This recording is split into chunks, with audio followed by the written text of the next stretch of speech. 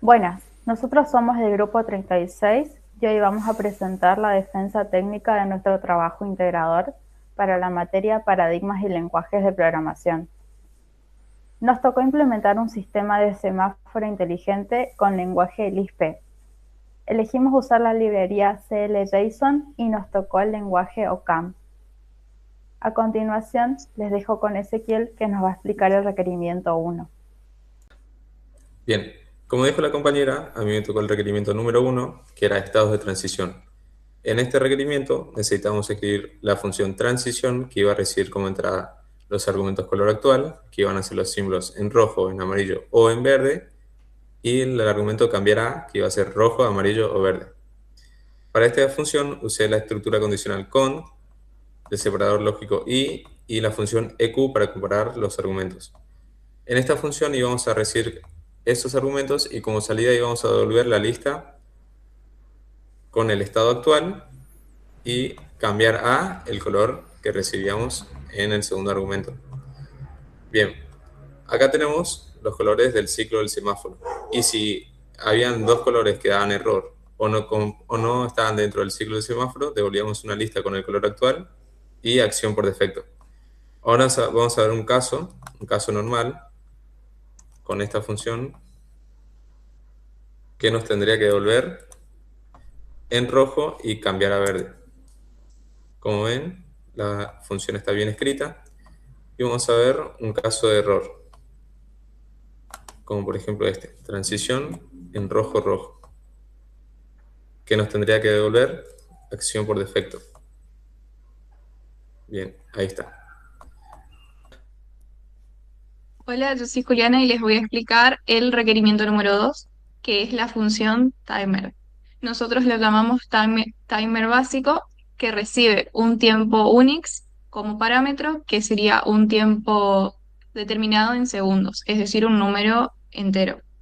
Acá con el let creamos las variables donde ya está asignada donde están asignadas las duraciones del semáforo.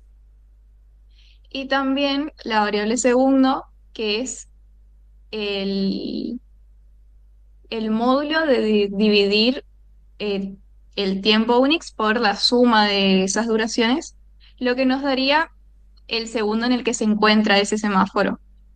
Y acá tenemos la parte condicional donde, dependiendo de en qué segundo se encuentra el semáforo, nos va a devolver si está en rojo, en verde o en amarillo. Ahora voy a ejecutar y voy a poner un caso de prueba. Por ejemplo, este.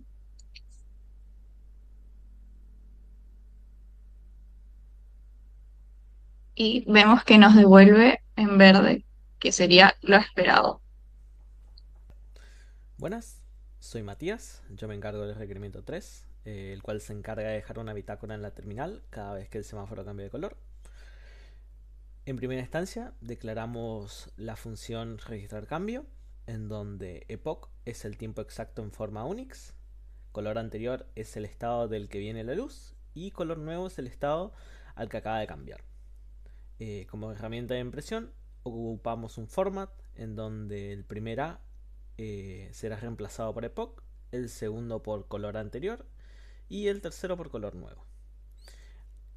Acá se ve un ejemplo de prueba en donde tiempo 149 dice que la luz ha cambiado de verde a interverde amarillo. Para la persistencia, creamos la función informe que guarda las transiciones en un archivo de texto. WithAppendFile es una función impura por su efecto secundario, pero su impacto es no destructivo porque no muta la lista original de datos. Para recorrerla, evitamos los bucles y usamos recursión de cola con la macro labels y la función local escribir líneas. Esta procesa la cabeza con car y se vuelve a llamar con el resto de la lista usando cdr.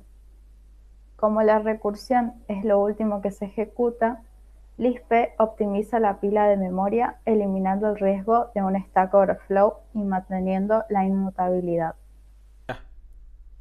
Hola, yo soy Facundo.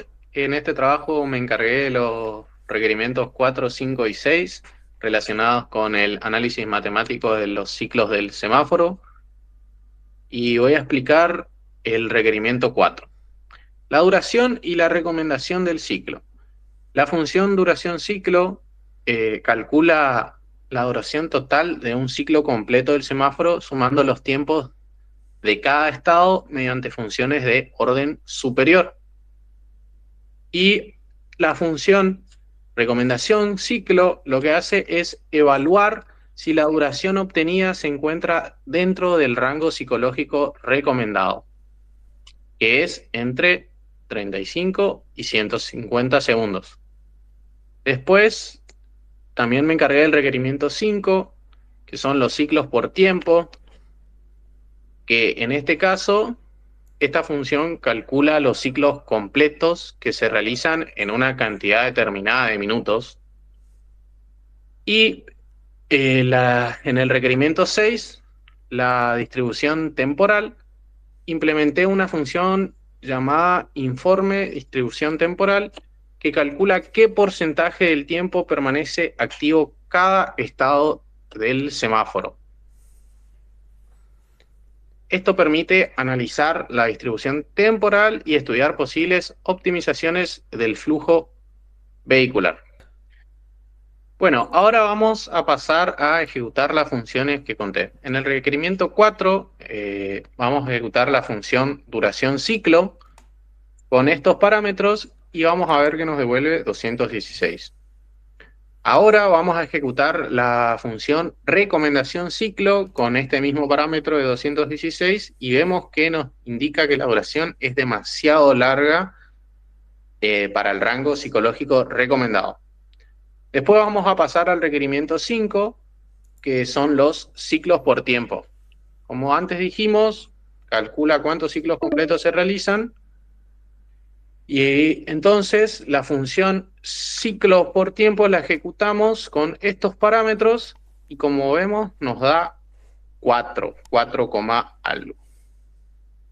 En este ejemplo, durante 15 minutos se completan 4 ciclos completos. Después vamos a pasar a ejecutar el requerimiento 6, la función informe distribución temporal, que calcula el porcentaje del tiempo que permanece activo cada estado del semáforo.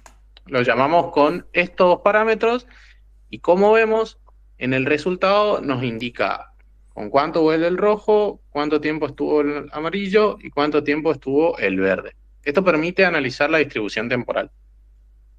Y listo. Bien, para la iteración B2, que tenemos que agregar los intermitentes, utilicé esta función, que es lo mismo, pero agregando estas variables: intermitente rojo-verde, intermitente verde-amarillo y intermitente amarillo-rojo. Y por último, si no cumple ninguna de esas, acción por defecto.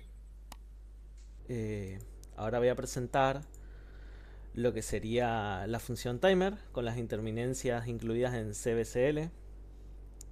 En primera instancia, la función QuickLoad se encarga de cargar y activar las librerías correspondientes para poder procesar el archivo config.json. Luego, la siguiente función, que es leer archivo completo, se encarga de leer el archivo devolviendo una sola cadena de texto. Siguiente a eso, cargar configuración, carga el archivo, lo transforma en una estructura y lo transforma en una estructura de datos que Common Lisp pueda entender. Por último, esta función de acá se encarga de buscar un valor específico dentro de la configuración utilizando su clave.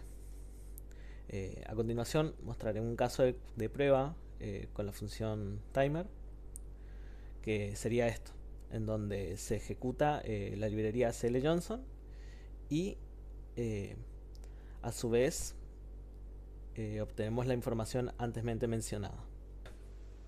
Como cierre, el proyecto nos demostró que el paradigma funcional es ideal para este tipo de sistemas. Gracias a las funciones puras y a la inmutabilidad, logramos un código robusto y libre de efectos secundarios inesperados. Muchas gracias.